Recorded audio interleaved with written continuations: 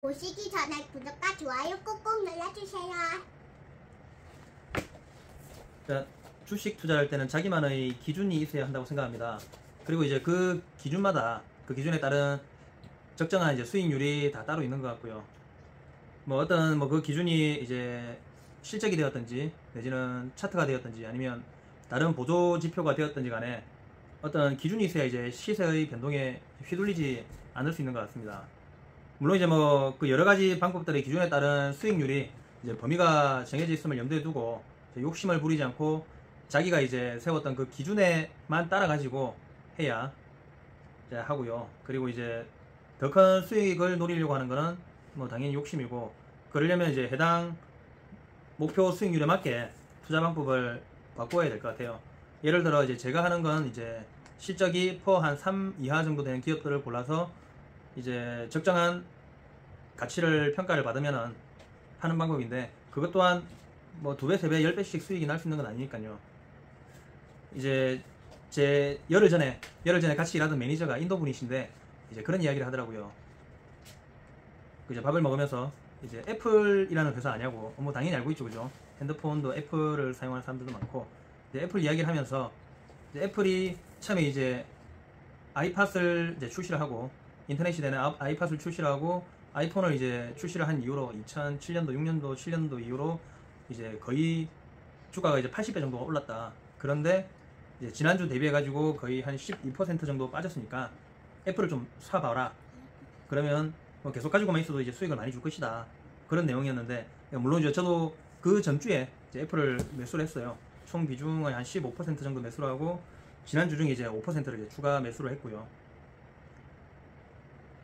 이제 그 이후 이제 열흘 동안, 지난주 목요일 이후에 열흘 동안에 이제 종합주가지수는 나스닥이나 이제 다우는 크게 변동은 없었는데, 미국 주식들은 전체적으로 이제 큰 변동을 보였어요.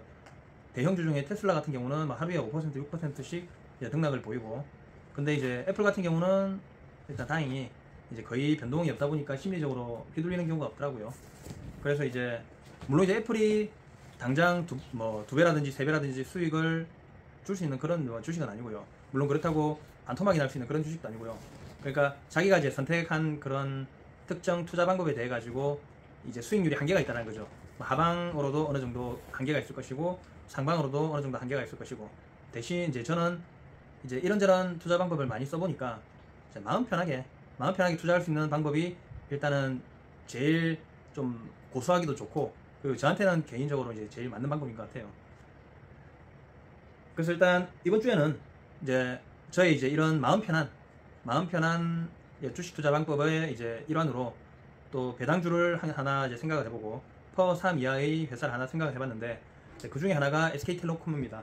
SK텔레콤이고, 그리고 이제 다우데이터라는 회사를 봤는데, 지금 SK텔레콤 같은 경우는 시가총액은 10.5조 정도 되고요. 10조 4,821억 원인데, 그리고 매출이 지금 16조, 17조, 17.3조, 그리고 영업이익이 12.5조, 영업이익은 1.3조, 1.4조, 1.6조가 나오고요.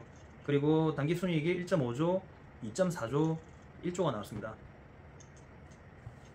회사가 일단은 ROE 같은 경우는 한 8에서 14% 정도 되고요.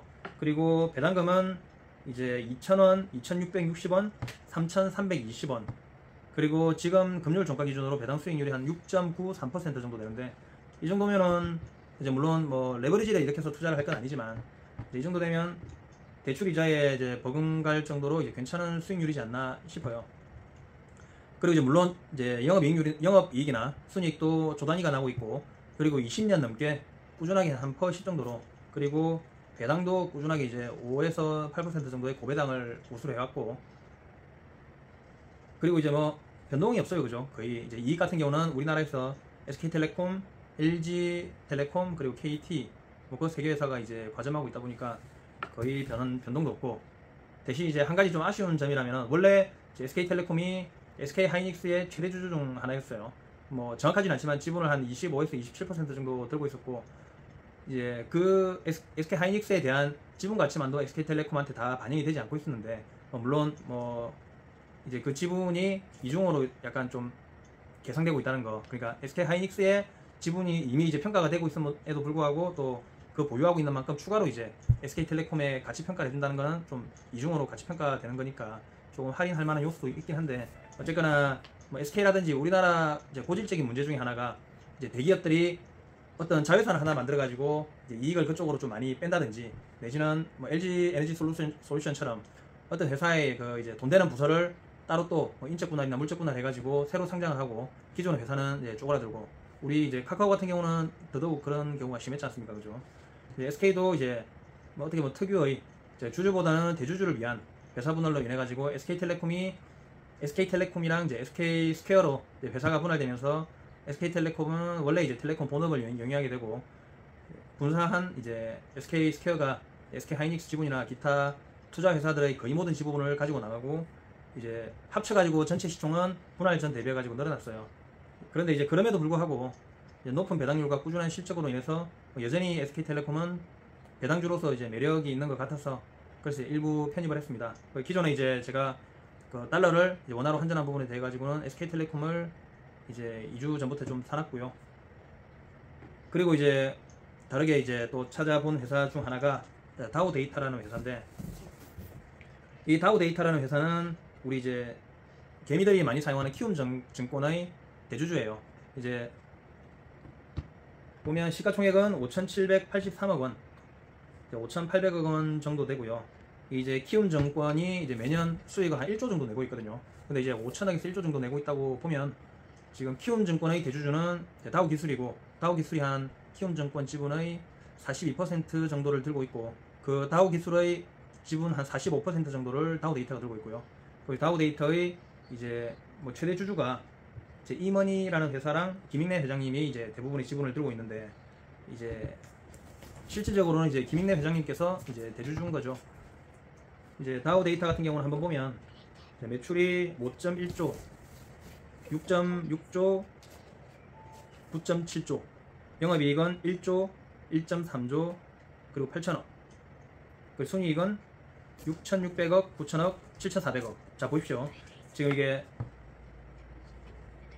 연간 순이익이 2020년, 21년, 22년에 6,600억, 9천억, 7,400억을 했어요. 물론 이 중에 한 1,850억 정도가 키움증권이 실제로는 이익을 본 걸 지분법 이익으로 잡아왔다 치더라도 지금 시가총액이 5,800억이거든요. 그래서 일단 뭐 순이익 기준으로도 영업이익 기준으로도 퍼가 1이 안 되는 수준이에요.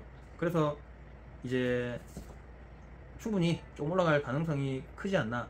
이 ROE 같은 경우는 한 14에서 20% 정도 되고, 주당 배당은 꾸준히 300원을 해주고 있는데 지금 주가 기준으로 한 2% 정도 되고요.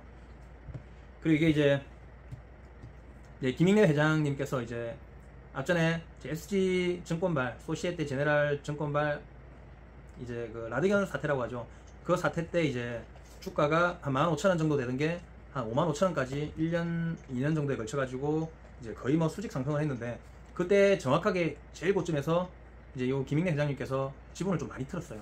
많이 털시고 이제 라드견 쪽에서는 이게 뭔가 이제 이쪽 공매도 쪽으로 이 지분을 넘긴 게 아니냐, 뭐 그런 식으로 이제 법정 공방이 오가는 것 같더라고요.